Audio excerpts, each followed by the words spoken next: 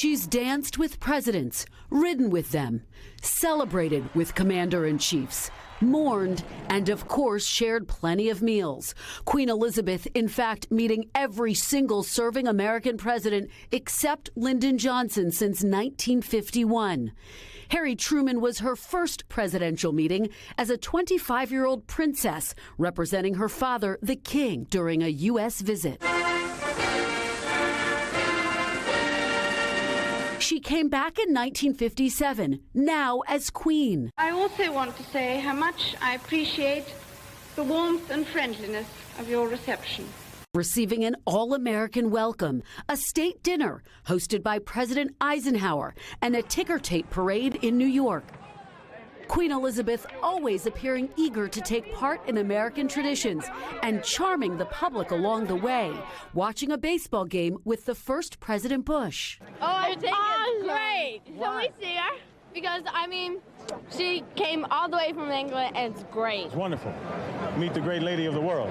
And attending the Kentucky Derby during the second Bush presidency. She's a great race fan, so it's exciting. Chances are if we see her, we're just going to go.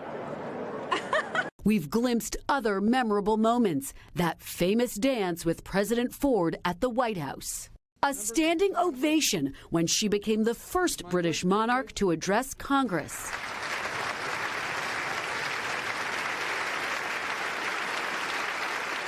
And President Reagan laughing as the Queen cracked jokes at a state dinner in San Francisco. I knew before we came that we had exported many of our traditions to the United States, but I had not realized before that weather was one of them. She got along well with Reagan. The two went riding together, these photos becoming iconic. And while the Queen last visited the U.S. in 2007, like millions of American tourists, presidents are always ready to stop by the palace when in the U.K. I'm confident that our common values and shared interests will continue to unite us. It may seem like an unlikely connection, given this country's decision to sever ties with the crown.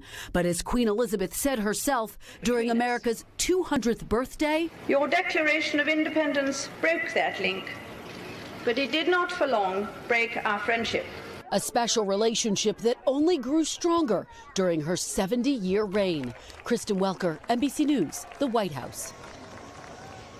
And we are also just getting a statement from former President Jimmy Carter, who writes that Rosalind and I extend our condolences to the family of Queen Elizabeth II and the citizens of the United Kingdom. Her dignity, graciousness, and sense of duty have been an inspiration, and we join the millions around the world in mourning a remarkable leader. And again, Lester, I think that look back just underscores her extraordinary ability to connect with not only those 13 American presidents with whom she had met, but with the American people as well. It is worth noting, you saw there she had met with former Presidents Obama and Trump. Former President Obama referred to her as, quote, truly one of my favorite people.